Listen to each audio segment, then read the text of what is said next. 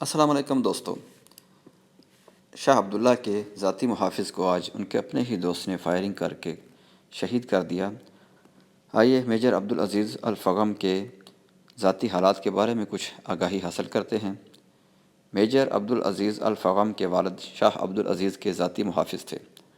والد کی وفات کے بعد یہ ذمہ داری عبدالعزیز نے سنبھالی اور جلد ہی شاہی خاندان کے ہر دل عزیز اور سب سے زیادہ اثر و رسوخ والے اور باخبر محافظ بن گئے۔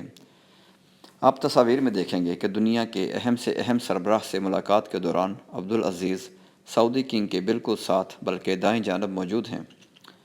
میجر عبدالعزیز کو ان کی باخبری اور مستعدی کی وجہ سے 2017 میں the best body guard in the world کا ایوارڈ بھی دیا گیا۔ خاص بات یہ ہے کہ شاہی خاندان کے سعودی عوام میں زیادہ میل ملاپ نہ ہونے کے باوجود میجر عبدالعزیز عوام میں بھرپور مقبول تھے۔ عوامی سطح پر میجر کی ہلاکت کو لے کر غم و غصہ پایا جا رہا ہے اور مختلف لوگ قتل کے پیچھے مختلف سازشی تھیوریز بھی بیان کر رہے ہیں۔ واقعہ ایسے ہوا کہ میجر عبدالعزیز اتوار کی رات ایک دوست کی شادی میں شرکت کے لیے جدہ گئے۔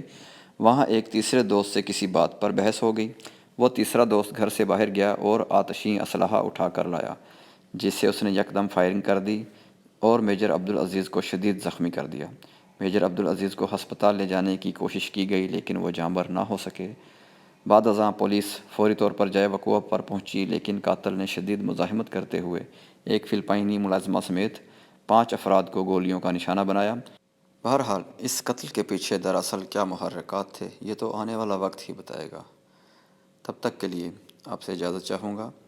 اللہ حافظ۔ اپنی دعاؤں میں یاد رکھیے گا۔